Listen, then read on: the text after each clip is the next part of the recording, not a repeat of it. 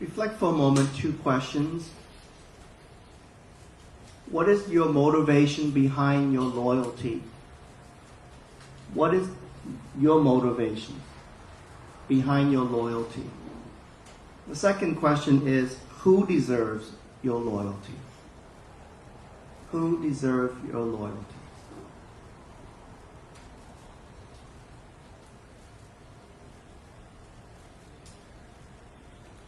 Thank you for joining us in this celebration of the Holy Eucharist, especially our parishioners watching us on live streaming. As we know that we continue to pray for you for being so distant away from us during this time of the pandemic, when we continue to celebrate Mass outdoor. And because you're immune compromised, you're not able to join us. Our prayers reconnecting with you throughout the celebrations of the Holy Eucharist. The last two Sundays and this Sunday, I want to focus with you in this area of motivations.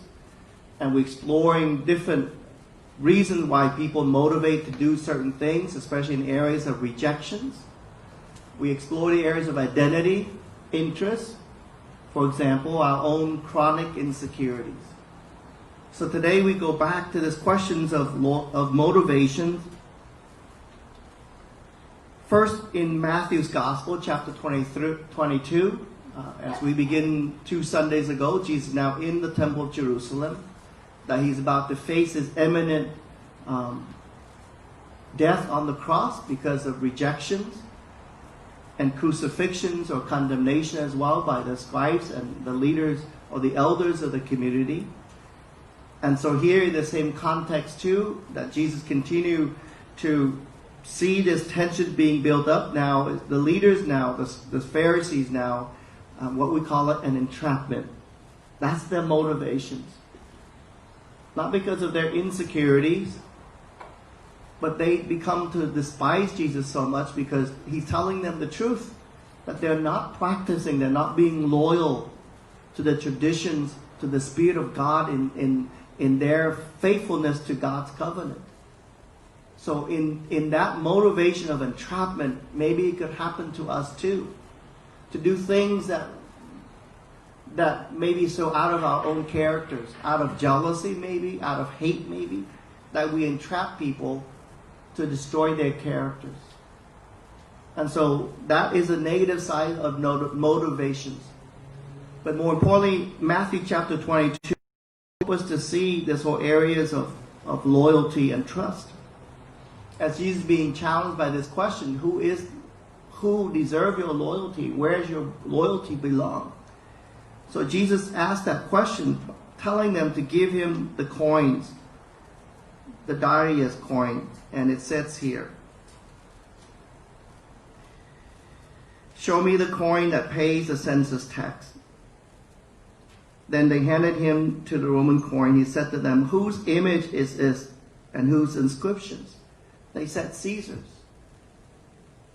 During this period in time of history of Matthew, or when Jesus is here, to have the coin imprinted of a king's face or an emperor's face here, face of Caesar's, indirectly what they're saying to the people, I am the new God. I demand absolute loyalty from you in the way that you conduct your own business, in the way that you conduct your own daily affairs. And so there is some form of that rejection by God's chosen people. That the only people that he'd be loyal to is God. And so there is an underpinning of that whole areas where Caesar's, as the emperor, is asking people for absolute loyalty, and at the same time subliminally saying that I am the new God.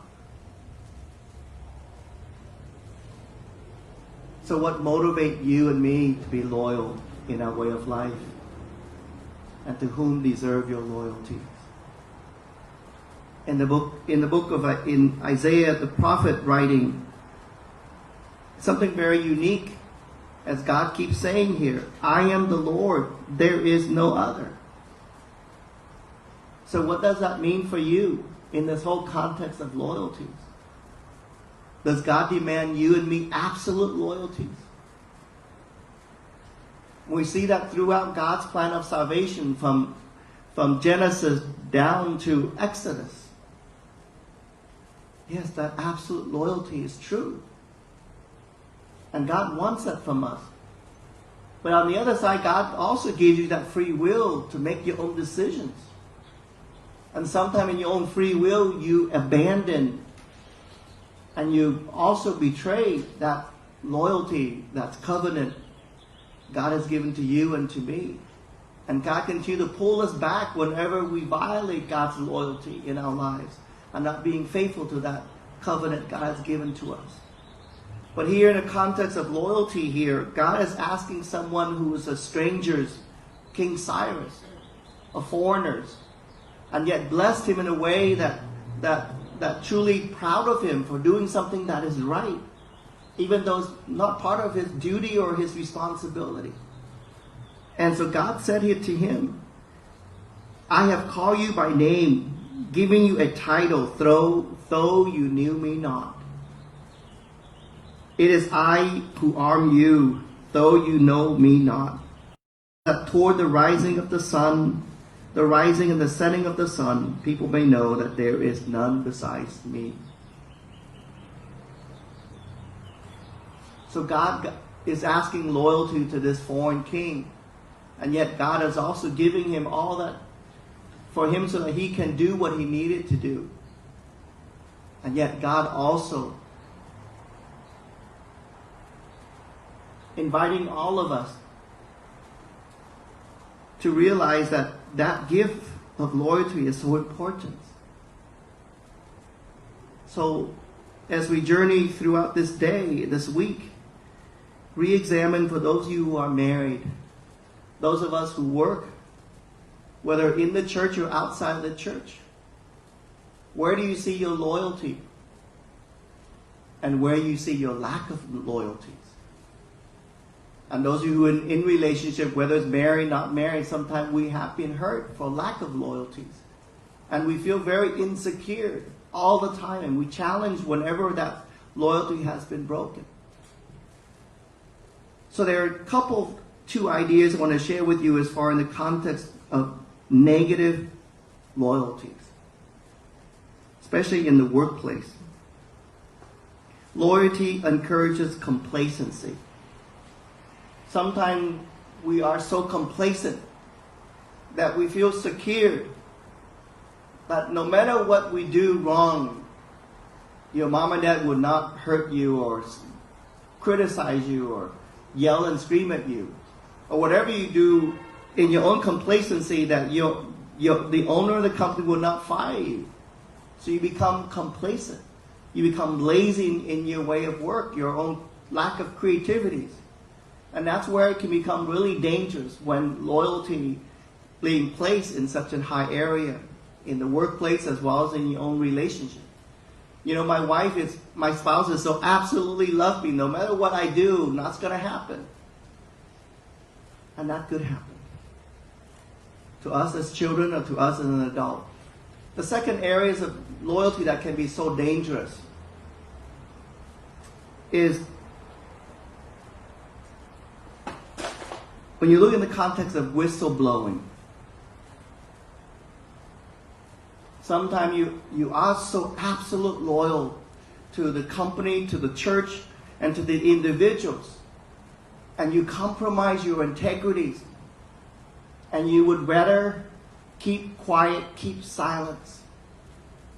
And not willing to blow that whistles. Saying something that is so deeply wrong, whether within the cultures or outside the cultures, whether it's been passing on from one generation to the next, from one ideology to the next. And so maybe this whole context of loyalty, we need to question ourselves to when is my absolute loyalty demand of me where I have to compromise my integrities. And so that's where there's a danger in that whole cultures of loyalty, that we become a dysfunctional church or dysfunctional family or dysfunctional company.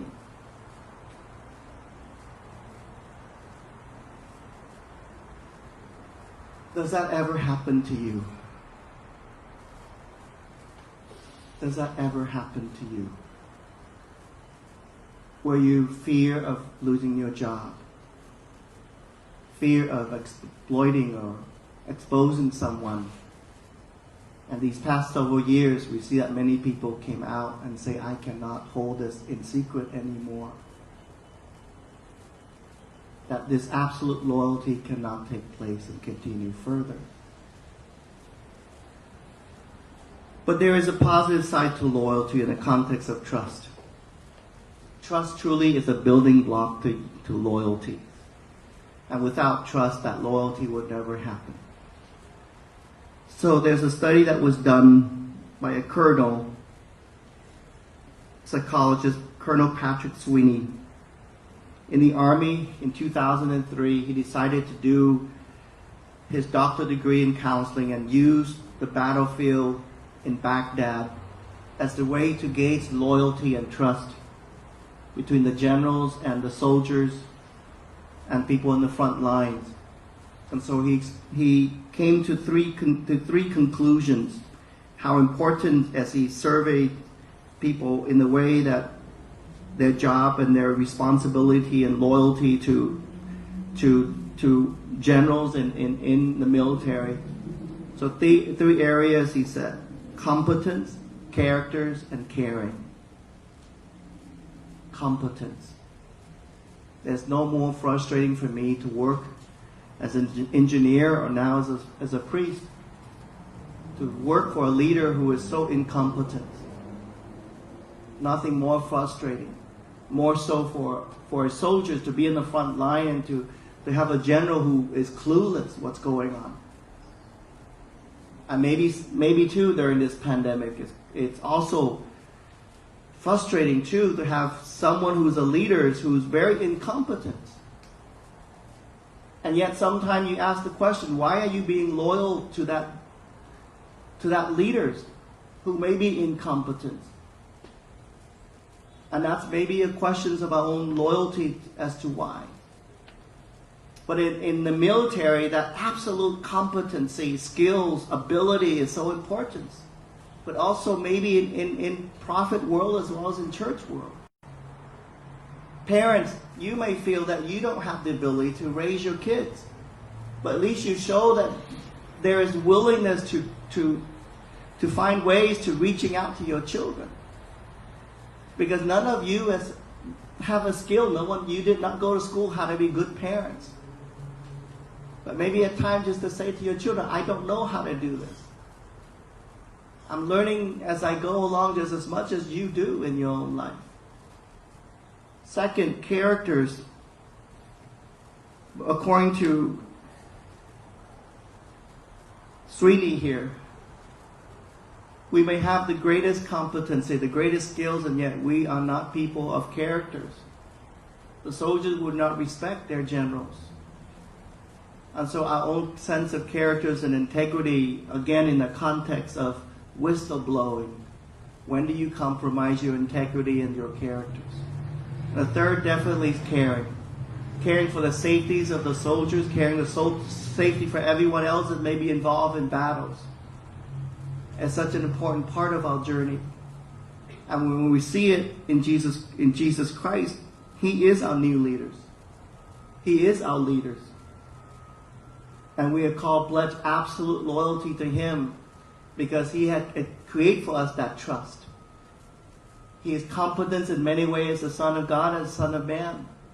He's a man of character, is willing to pick a fight, challenge the traditions, challenge the leaders of the church, that they have abandoned their loyalty to the Lord.